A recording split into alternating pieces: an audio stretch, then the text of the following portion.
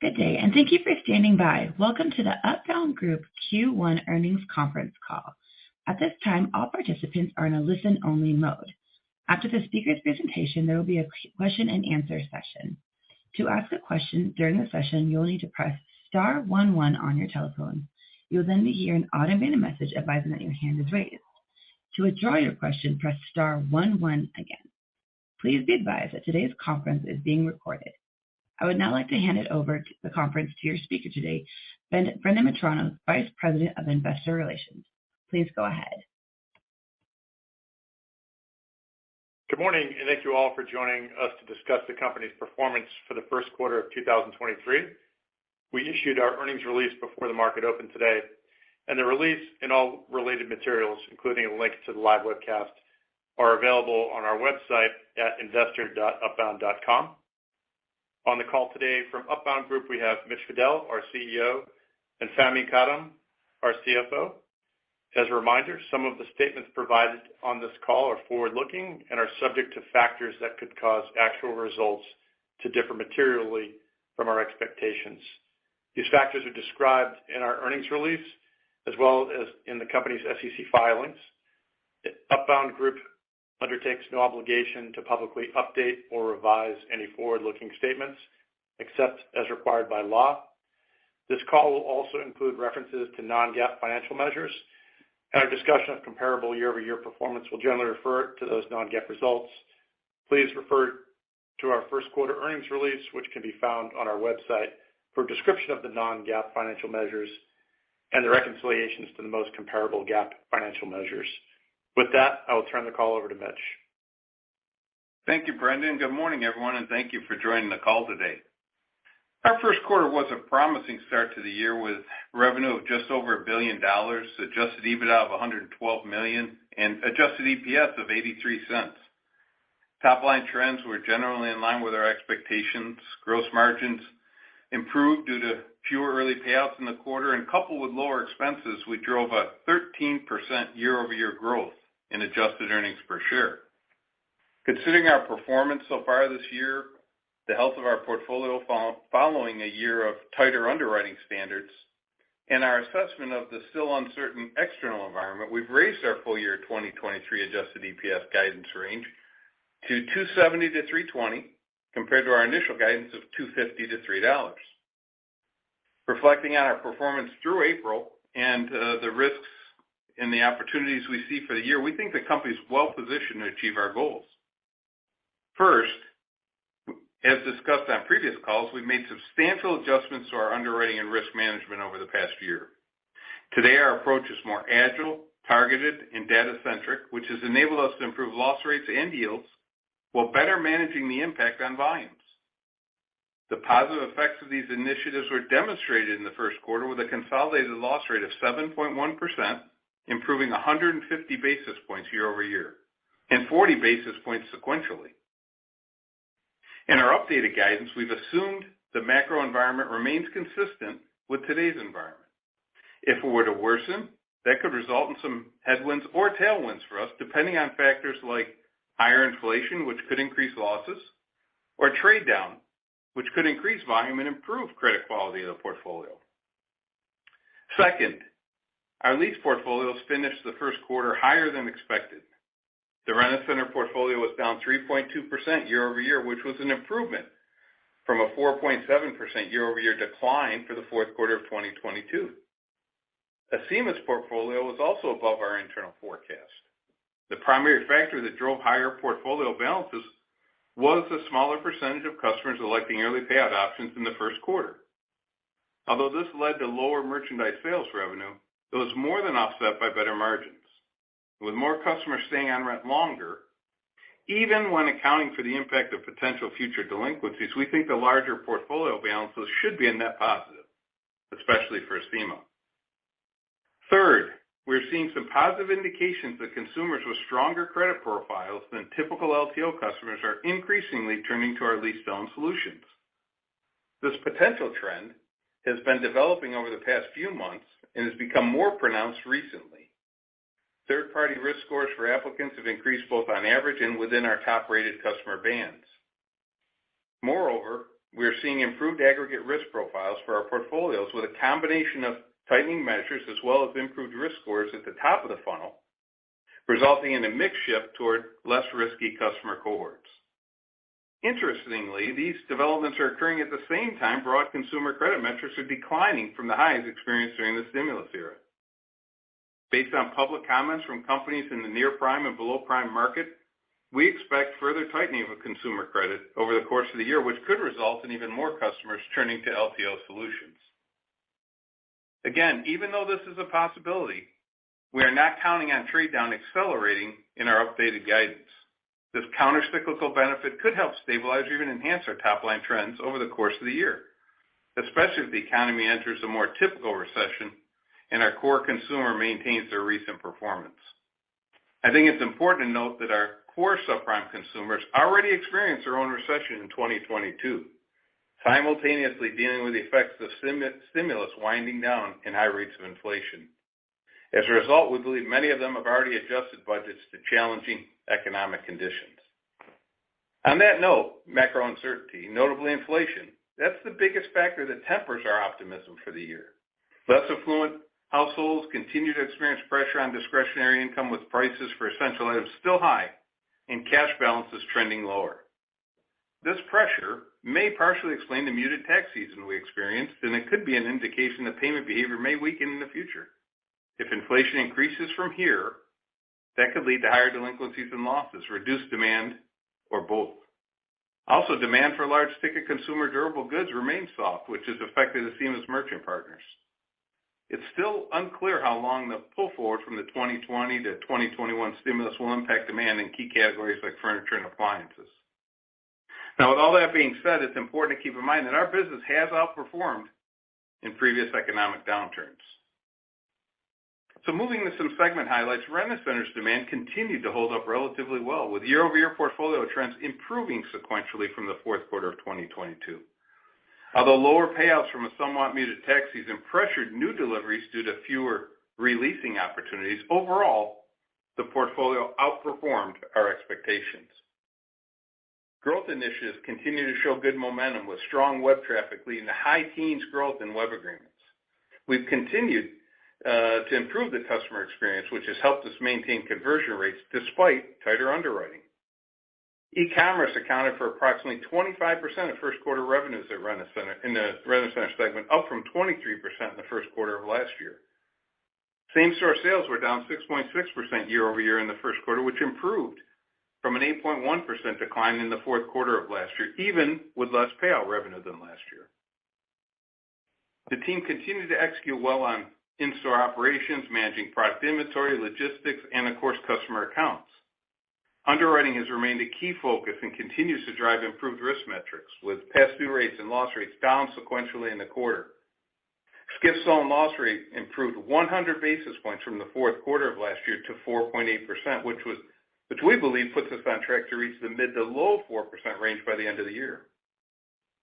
Now, shifting to Acima, the market remains challenging, with merchants in our key categories still experiencing weak traffic and transaction volume for larger ticket durable goods, especially furniture.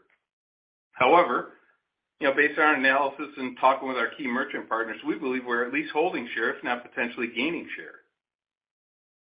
GMV was down 12.6% year over year, outperforming the mid-teens decline we projected on our last earnings call in February, and a good sequential improvement from a 23.4% decrease in the fourth quarter of last year.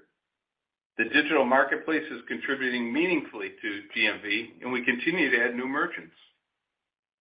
Lease application volume was essentially in line with our assumptions, and the upside came from better conversion rates, which we think was driven in part by our commercial initiatives to simplify the consumer and the merchant experience. Similar to Rent-A-Center, Acima also experienced a lower percentage of early payouts, which drove improved yield on the portfolio and increased gross profit margin in the quarter by 514 basis points.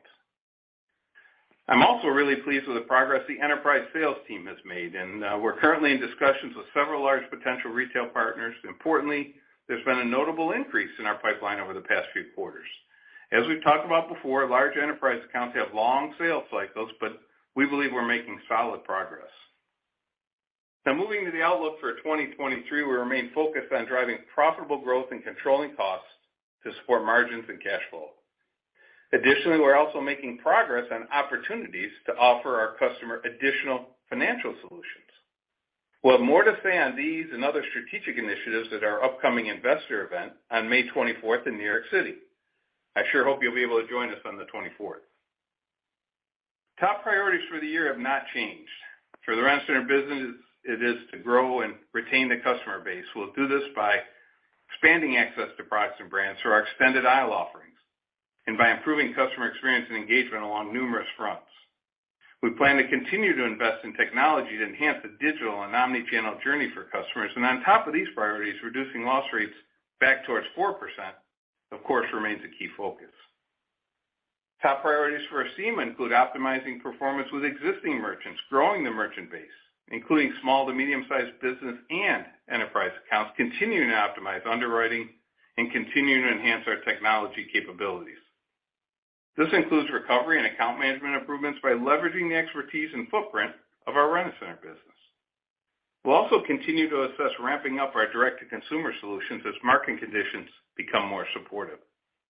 We also recently published our second annual sustainability report, which highlights the solid steps we've taken in the past year and the robust plans for the coming year. So a lot going on. Really pleased that we got our second annual sustainability report out recently. And in closing, in my closing, I just want to thank the entire team for their continued effort and dedication. It really was I've been impressed with the progress we made over the last year, and our opportunity going forward is tremendous, and I just see more great things coming. So with that, I'll turn the call over to Fahmi. Thank you, Mitch, and good morning, everyone. I'll start today with a review of the first quarter results and then discuss our fiscal year 2023 guidance, after which we will take questions. Beginning on page 6 of the presentation. As Mitch noted, we're off to a good start relative to our initial outlook for the year. The first quarter results were highlighted by continued improvement in loss rates, expansion of our margins at Acima, and strong overall execution despite a challenging macro backdrop. Consolidated revenue for the first quarter was down 12.4% year over year, driven by a 19.3% decrease for Acima and a 6.5% decrease for the Rent-A-Center business. Looking at revenue categories, the dollar value decrease was almost evenly split between rentals and fees revenue and merchandise sales revenue. Rentals and fee revenues were down 8.6%, reflecting lower portfolio values for both businesses during the first quarter of this year. Merchandise sales revenues decreased 30% due to fewer customers electing early purchase options and a smaller Acima portfolio that resulted from a 23% year-over-year decline in GMV for the second half of 2022. Consolidated gross margin was 49.8% and increased 298 basis points year-over-year. The margin expansion was driven by a few factors, including a higher mix of Rent-A-Center segment revenue, a higher mix of rentals and fee revenue in the current year period for both businesses, and a higher portfolio yield for the Acima business in the current year. We continued to manage costs well in the first quarter, with consolidated operating expenses, excluding skip-stolen losses, down 6.1% year over year. On a 6.1% decrease in labor costs, 15.4% decrease in general and administrative costs, and other operating costs down low single digits. Our disciplined approach to underwriting is working, as the consolidated skip-stolen loss rate decreased year over year, led by a 370 basis point improvement for Acima. Loss rates also improved 40 basis points sequentially, led by a 100 basis point improvement for the Rent-A-Center business. First quarter consolidated adjusted EBITDA of $111.5 million increased 12.1% year over year, with 136% growth for Acima and 16% lower corporate costs, partially offset by a 31% decline for Rent-A-Center. Adjusted EBITDA margin of 11% was up approximately 240 basis points compared to the prior year period, with approximately 930 basis points of margin expansion for Acima, partially offset by approximately 550 basis points of contraction for Rent-A-Center. I will provide more detail on the segment results on the next few slides. Looking below the line, first quarter net interest expense was $27.7 million compared to $18.9 million in the prior year, due to an approximately 400 basis point year-over-year increase in variable benchmark rates that affected our variable rate debt, which was approximately $900 million at quarter end. The effective tax rate on a non-GAAP basis was 27.4% compared to 25.2% in the prior year. The non-GAAP diluted average share count was 56.4 million in the quarter compared to 60.1 million in the prior year period. GAAP earnings per share was 84 cents in the first quarter compared to an 8-cent loss in the prior year period. After adjusting for special items that we believe do not reflect the underlying performance of our business, non-GAAP diluted EPS was 83 cents in the first quarter of 2023 compared to 74 cents in the prior year period. During the first quarter, we generated $95.9 million of free cash flow compared to $188.9 million in the prior year period. We distributed a quarterly dividend of 34 cents per share. Additionally, we paid down $42.6 million of our term loan and finished with a net leverage ratio of 2.6 times, down from 2.8 times at the end of the fourth quarter. Drilling down to segment results starting on page 7. The Rent-A-Center business lease portfolio was down 3.2% year-over-year, which drove a 3.8% decrease in the first quarter rental and fees revenue and contributed to a 26.6% decrease in merchandise sales revenue. Merchandise sales were also impacted by fewer customers electing early payout options compared to the prior year. Total segment revenues decreased 6.5% year-over-year, with same-store sales down 6.6%. Skip-stolen losses increased 90 basis points year-over-year to 4.8%, but decreased 100 basis points on a sequential basis, consistent with our forecast assumptions. Past due rates continued to move lower in the first quarter, validating the underwriting changes initiated over the past few quarters and supporting our outlook for additional loss rate improvement over the course of the year. Adjusted EBITDA margin for the first quarter decreased 550 basis points year-over-year to 15.2%, primarily due to the deleveraging effect of lower revenues on fixed costs, as well as higher loss rates compared to the prior year period. This was reflected by a 280 basis point year-over-year increase in the ratio of operating expenses excluding losses as a percent of revenue, despite the expense dollars remaining flat. Moving on to Acima. Active merchant count was up modestly year-over-year for the first quarter, and average ticket size was up low single digits. Open lease count was down low teens year-over-year as a result of a mid to high teens decrease in cumulative GMV for the trailing 3 quarters. This drove a 19.3% year-over-year decrease in revenues, with rentals and fee revenue down 14.4% and merchandise sales revenue down 31.3%.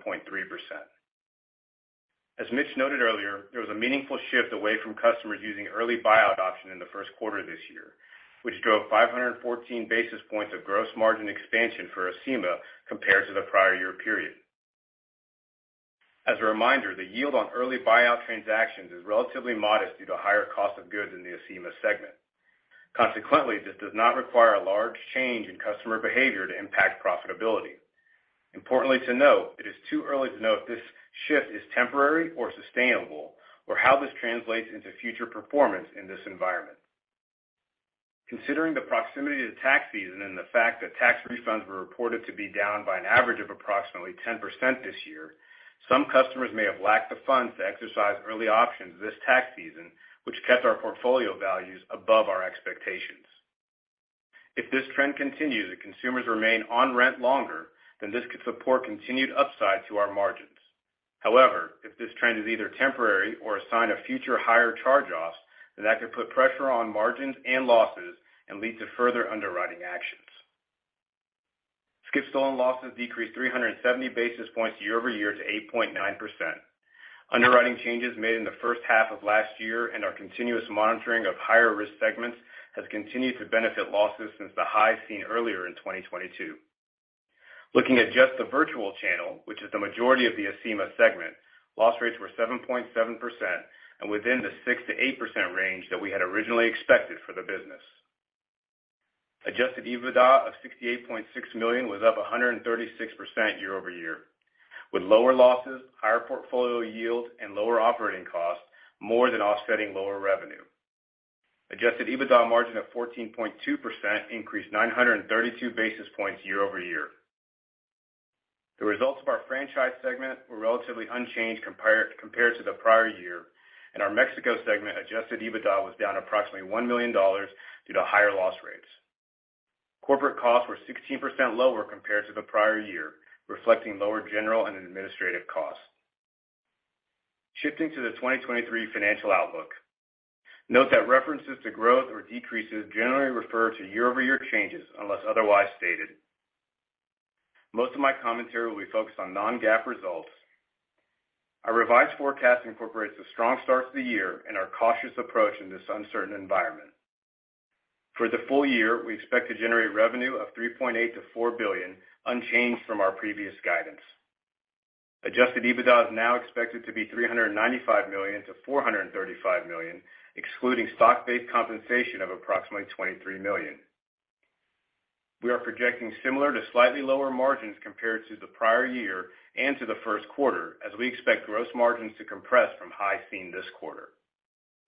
We are increasing our target range for fully diluted adjusted earnings per share to $2.70 to $3.20, which assumes a fully diluted average share count of 56.7 million, with no share repurchases built into the forecast throughout the year. For the year, we expect $200 million to $235 million of free cash flow, net interest expense of $105 million to $110 million, and an effective tax rate of approximately 26.5%. Our forecast assumes a macroeconomic backdrop consistent with existing conditions, continued discipline and targeted underwriting, persistent inflation, and a slight increase in unemployment. Our outlook does not assume that a shift away from early purchase options that we experienced in the first quarter will continue throughout the rest of the year. We are also not including a meaningful shift or increase in applicants from trade down. For Acima, no change to our full year 2023 GMV expectations of down mid-single digits year over year. We expect merchant partner volumes will remain under pressure from the prevailing macroeconomic conditions and the continued impact of the significant demand pull forward. We expect GMV to be down mid to high single digits in the second quarter. For the second half of the year, we expect GMV will be flat to up low single digits. Although we are not changing our GMV outlook, as we've previously commented, application volumes are down across our retail partners, especially in furniture, which is our biggest segment. Despite this headwind, we have demonstrated our ability to shift our mix to other product categories and believe we will be able to substantially offset the softening in furniture demand with merchant growth, digital volume, and other sales initiatives. Similar to GMV, we are not changing our Acima revenue outlook for the year and continue to expect revenues will be down low double digits to low teens.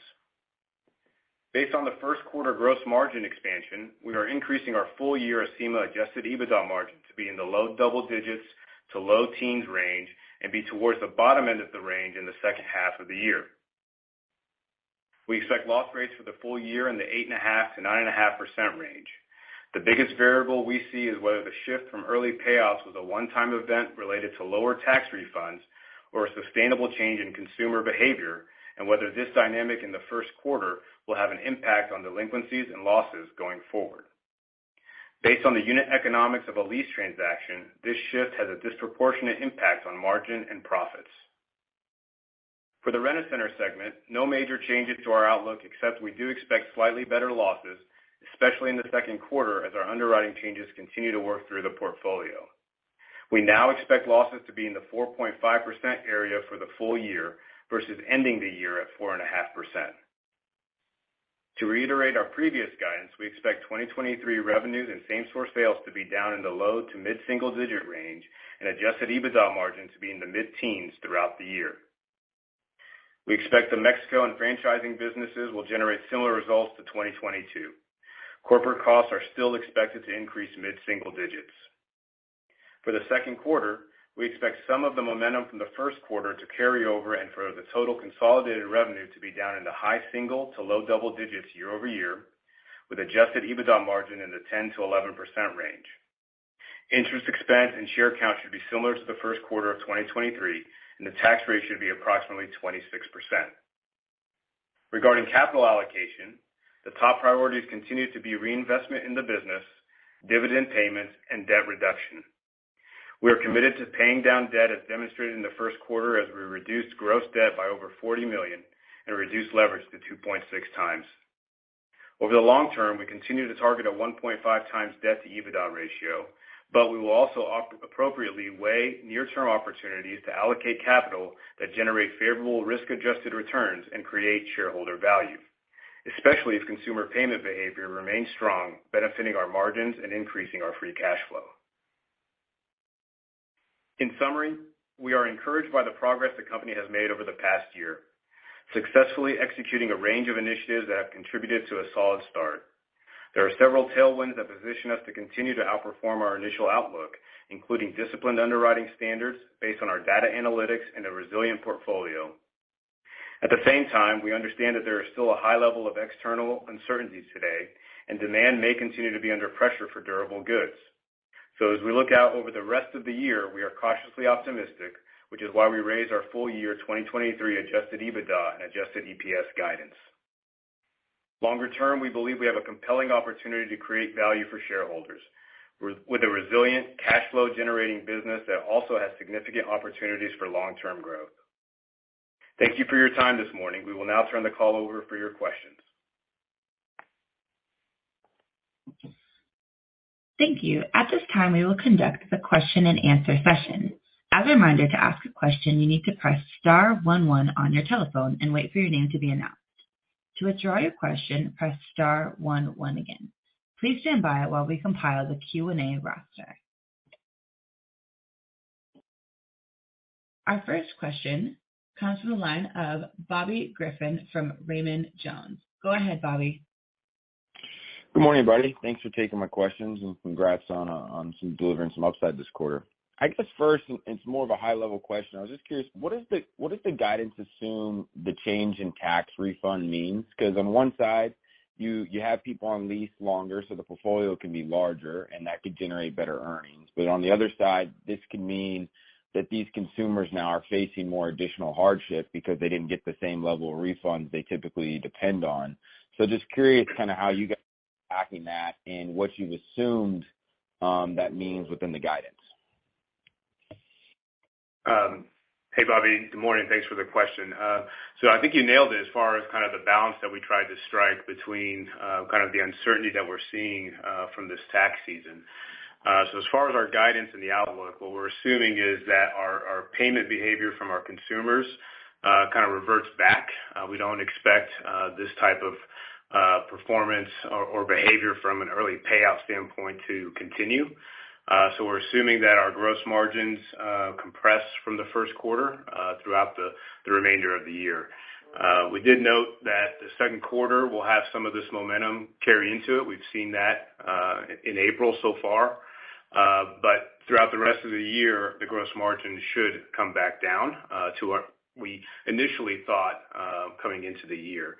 As far as losses go, on the Acima side, we mentioned we reiterated 8.5% to 9.5%, so we did lower it a little bit from our initial guidance, but we kept the top end of the range, just given that level of uncertainty. And for Rent-A-Center, we mentioned that we've seen a continued benefit from both delinquencies and losses. And so we continue to expect that to play itself through the portfolio and really perform well for the rest of the year, and why we lowered the loss forecast to 4.5% for the full year. So the guidance really is around things kind of normalizing and not continuing the way we saw in the first quarter. Yeah, I think I'd add to that, Bobby. Oh, sorry, Bobby, this is Mitch. I just was going to add to that. Certainly when Family's talking about normalizing from a payout standpoint, certainly if they stay lower, that's upside. When it comes to payments, we certainly are forecasting everyone, being able to pay us perfectly, even though they weren't able to pay out. Obviously, muted tax season is going to put some pressure on payments going forward. So we tried to walk that line in our guidance with a lot of uncertainty. Whereas if you assumed everybody was just going to pay us fine now that they didn't pay out, especially on the Acima side, you'd be quite a bit higher than what we guided to. But you can't assume that. I think it'd be wrong to assume that. Some are going to default on us, and it doesn't mean we'll necessarily lose money. If people, the margins are so low on the payouts that somebody gets a couple of months farther into it and then defaults, we probably still made more than if they did the 90-day payout, especially on the Acima side where you don't get that difference between wholesale and retail. So, it's a fine line. It's certainly gonna put some pressure on payments going forward, and we factored that in, and with all the uncertainty, we think we factored it in appropriately. Okay. Thank you. I appreciate that. That's helpful. And then I guess secondly for me, just on the GMV upside, I guess, versus our original expectations here in Acima, I was curious, kind of, what do you think is driving that? Is that the potential trade down that you're starting to see? Because I think for most of our checks, we would say retail likely weakened during the quarter, and it looks like your GMV, based on when we talked last, actually got a little bit better as we moved through 1Q. So just curious on what do you think drove kind of that directional change versus the corresponding, just retail trends that we saw from a top line standpoint? Yeah, good question. I think, it was primarily in conversion rate because the retail traffic wasn't great, to your point. So a lot of it was conversion rate. There's probably some trade down in there. We're certainly seeing trade down and as we mentioned in the prepared comments, and that's even more so more recently than if you go back to the beginning of the first quarter, there wasn't a whole lot you could see, but certainly as the quarter went on and you get into April, you see it more pronounced, like I said, as we mentioned. But conversion rate was higher. I think we've done a good job on the flow and making the flow better from a technology standpoint, from a conversion rate standpoint. I think we got some help from the we did have merchant growth in the Acima segment, so we put on more. We're still adding merchants. We haven't signed any real big ones yet, but we're still adding merchants. Hundreds of merchants in the first quarter. I think it was around 400 merchants added in the first quarter, net add in the first quarter. So we're adding merchants. Certainly the conversion rate as we continue to improve the technology in the marketplace. Our online marketplace had good growth in it. So I think when you put all that together, the merchant productivity was higher with the conversion rate. We added merchants in the marketplace, and we were 2-3% better than we thought we'd be from a GMV standpoint, and quite an improvement from last quarter when we were down 23% to be down just 12, which we're not happy being down 12. Don't get me wrong, and then. We think we can get back to flat by the third and fourth quarter, flat to slightly positive. Second quarter will be better than the first. So it's trending in a real positive direction. And again, our online direct-to-consumer marketplace is a part of that as well. Thank you. I appreciate the details. Best of luck here in the second quarter. Thanks, Bobby. Thank you. Our next question comes from the line of Jason Haas from Bank of America. Go ahead, Jason. Hey, good morning, and thanks for taking my questions. So maybe to start, I was looking at the charts that show the past due rates in the slide deck, and it looks like the Rent-A-Center past due rates have come down nicely over the past few months, whereas like Acima's been flat or even slightly up. Is there anything to read from those trends? I know it's just a few months here, but I'm curious if there's anything to note between those two businesses. No, I think I would say, Jason, that Acima started tightening sooner than Rent-A-Center last year, and when you look at those past due rates, or especially the losses, the past due rates compared to last year in the first quarter are quite a bit lower, even though they're pretty flat recently. But the losses, you look on that same chart right above it, the 8.9% losses for the combined, the virtual and the staff acceptance now business, the 8.9% combined, and that compares to an 8.6 in the first quarter of 2021, which had to be about as low as you can get the first quarter of 2021 when you're talking about a stimulus standpoint. So we're pretty happy with where it is. We're also, balancing it with GMV. We can always tighten more if we need to, and certainly we look for areas where there's potential to drive more GMV. So I think the difference, though, the short answer to your question is the Acima tightened sooner and brought their delinquency down sooner than Rent-A-Center. And Rent-A-Center, when that popped up, if you look at their chart, when that popped up in the summer and we started tightening pretty hard, you're really seeing the impact here in the first quarter. So I think it's really just a matter of timing of when one came down a lot versus the other one more level. Got it. Thank you. That's helpful. I know you've mentioned on the in the prepared remarks that you're starting to see the benefit of credit tightening and trade down, which is great because I know we've been looking for that for some time. Are you seeing more of the benefit in the Acima segment or in the Rent-A-Center segment? I'd say probably slightly more in the Acima segment, but it's in both. It's certainly in both when we look at our third-party scores. It's a little more, I'd say, I haven't quite analyzed exactly like that, but Fahmi, I think it's a little more in Acima, but it's really in both. Yeah, it's on both sides. And then when you look at the Rent-A-Center business and you break it down between in-store and on the web, you see a really big difference in our third-party credit scores on the web, which could be a sign of trade down because new customers may not want to come into the store, would rather kind of test it out online. And so there's definitely signs over the last 2 or 3 months and into April, really on both sides of the business. Yeah, it's a good point on the web. We're really happy with that. The e-com business continuing to grow on the rentacenter.com site.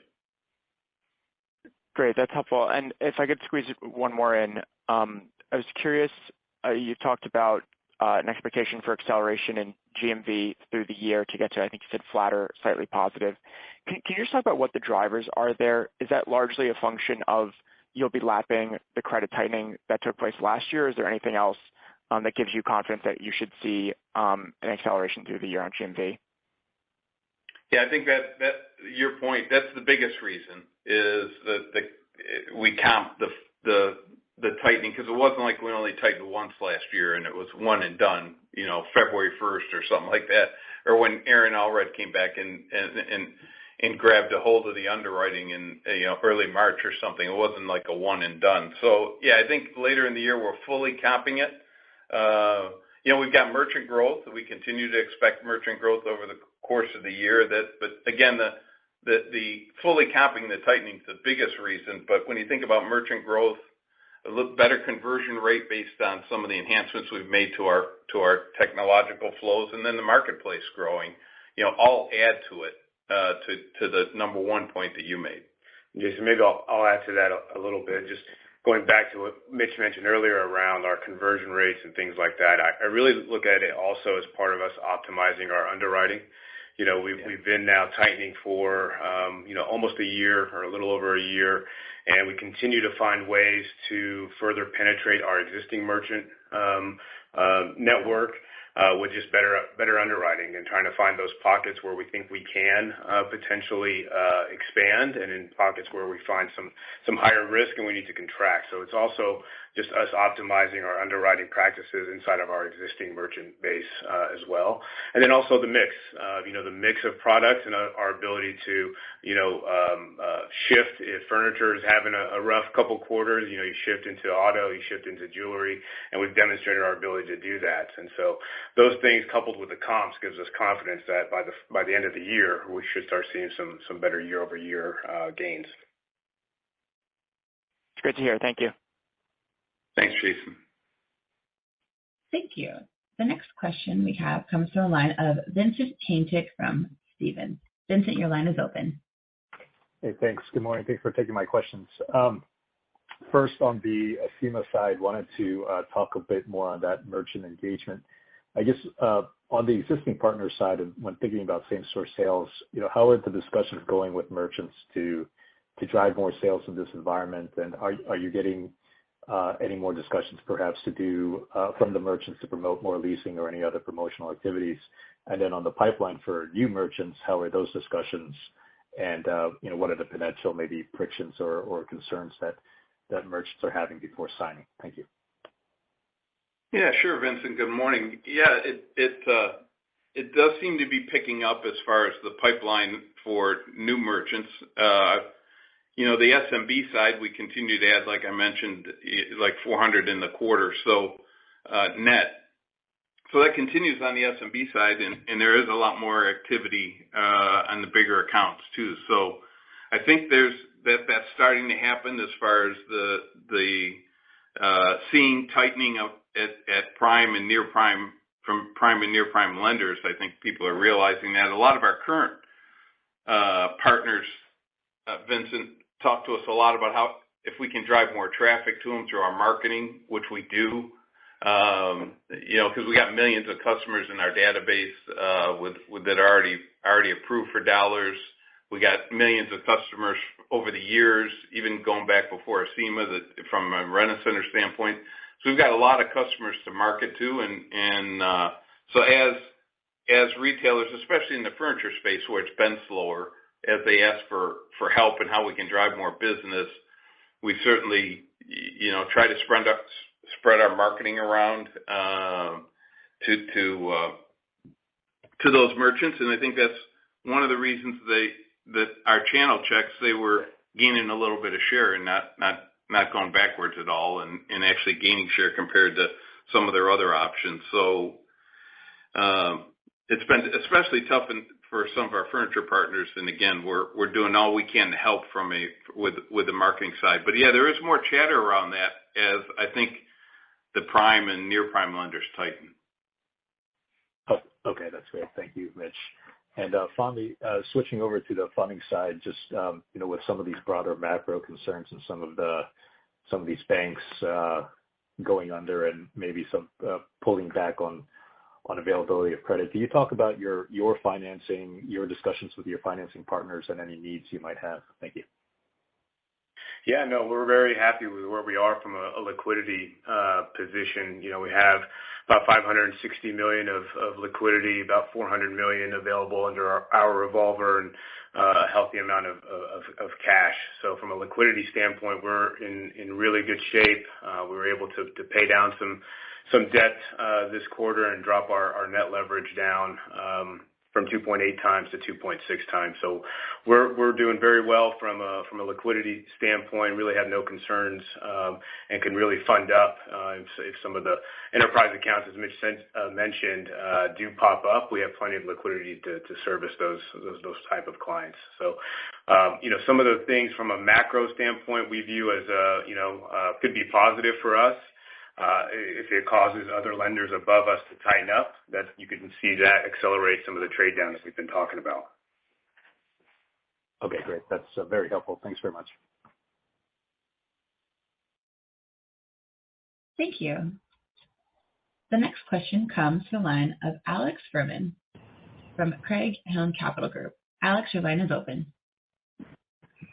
Hey guys, thanks very much for taking my question, and congratulations on a really strong start to the year. Mitch, I wanted to ask this from a high level. I mean, it sounds like obviously a huge opportunity for both of your businesses to take a lot of market share as we're starting to see credit tighten across the board. I mean, how do you kind of weigh the opportunity to continue to take market share against the pressures you might be feeling to further tighten your own credit standards, just given the rise in interest rates and potential economic slowdown that everyone else is seeing? Just from a high level, would love to hear about kind of your main puts and takes as you balance those two things. Well, thanks, Alex, and thanks for joining us this morning. Yeah, the good part of that question, or the best part, is that when there's tightening above us and those customers come into the top of our funnel, those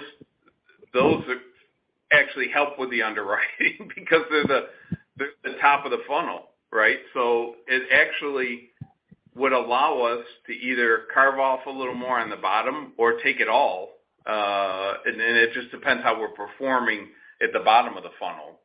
You don't automatically cut off something at the bottom because a higher score is coming in at the top. If they're performing at the bottom, you just take it all. But it does allow you to even be maybe even more critical of the bottom rung, the bottom 5%, if you had 5% more at the top. So really what happens is one really helps the other, and I guess that's one of the benefits of being quote unquote at the bottom of the funnel versus, in the middle or at the top of the funnel. At the top of the funnel, when you carve off something on the bottom, there's nothing helping at the top. As the slowdown starts to, of course, our subprime customers had the slowdown last year, and they had their recession in 2022, and now there's been a lot of adjustment. But if you're at the top of the funnel and it starts to get into middle income and upper middle income, it's tough to replace it. For us being at the bottom, they actually work very well together, and there really can't be much of a better scenario for us. Great. That's really helpful, Mitch. Appreciate that. And then, just thinking about these customers that you're starting to get at the top of the funnel, are they buying, the same types of items and opting for similar terms as, the customers you've had for years? If you could just kind of share, how these customers are kind of acting compared to the customers you've had for longer. I'd say same product categories, but of course, if you're at the top of the funnel, you tend to get approved for higher dollar amounts than if you're at the bottom. So, it kind of automatically ends up where maybe their ticket is higher. The higher you are up in the funnel, the ticket's going to be higher just because you get approved for more when you're at the top of the funnel versus the bottom. So it's another case of one feeds the other. When you're at the top of the funnel, it kind of becomes automatic that you have more to spend. Not surprisingly, though, the better customers don't use all of the approval as compared to customers in any underwriting scenario. When you're more towards the bottom, they tend to use everything you approve them for, whereas people that are much more just have a higher propensity to worry about being able to make every payment on time and those kind of things will be more cautious with their approval amounts. So it kind of works its way out that way, Alex, because the way the top of the funnel performs. That's why it's such a good scenario for us, and to see this trade down at least starting and hopefully continues and even accentuates. It's another reason why we're adding so much emphasis to our digital capabilities and to that marketplace on the Acima side. So, the more we can offer them different retailers and different products, once we get them in the door, the more they're likely to do another lease with us. So as we think through that, having better customers and then giving them a variety of products, especially on the digital front, we think that's upside, especially later in the year. Okay, that's really helpful. Appreciate that very much. Great. Thanks, Alex. Thank you. Our next question comes from the line of Brad Thomas from KeyBanc Capital Markets. One second, Brad. I just want to follow up with another question on sort of underwriting from a big picture context, and was hoping you could zoom out a little bit and maybe give us a little more perspective about where you are from kind of a tight versus loose standpoint versus maybe some of the pre-pandemic levels, and just how that's set up in the two different segments. Thanks. Well, from a pre-pandemic standpoint, there's no question we're a lot tighter than we were pre-pandemic. Even though you think obviously we're a lot tighter than during stimulus, but even when you go to pre-pandemic, I would say we're a lot tighter than that. Certainly on the Rent-A-Center side. Now we didn't own Acima pre-pandemic, but in talking to the folks that have been there in the underwriting team, I think they would still say it's even tighter than pre-pandemic. And Fami's sitting there shaking his head. I think to the best of our knowledge of the way they underwrote, before we acquired them, that it's even tighter than pre-pandemic, and certainly Rent-A-Center is.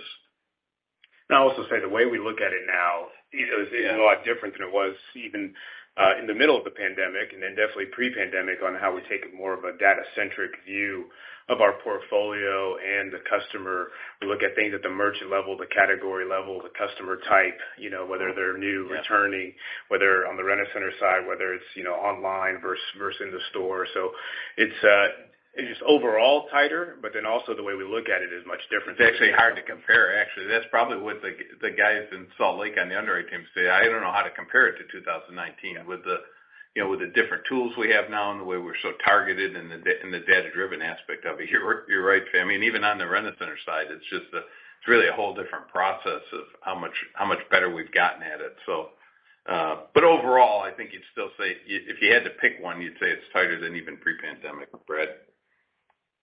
That's really helpful context. Thank you for that.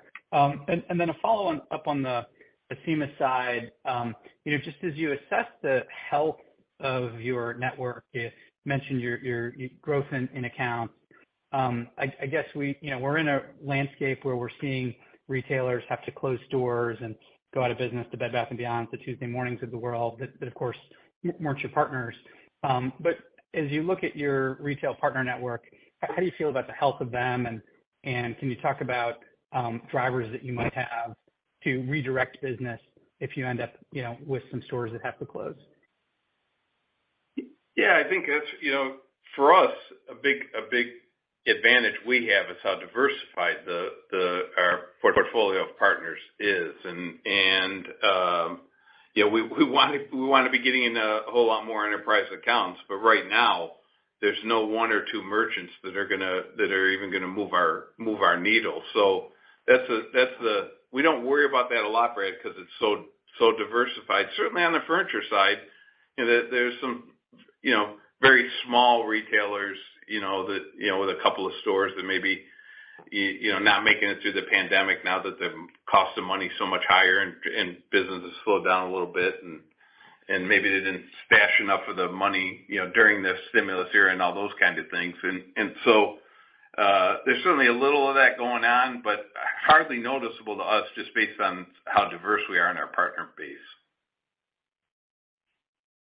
Really helpful. Thanks so much. Great. Thanks, Brad. Thank you for your questions. I would now like to turn it back to Mitch Fadel for closing remarks. Well, thank you, Haley, and thank you, everyone, for joining us this morning.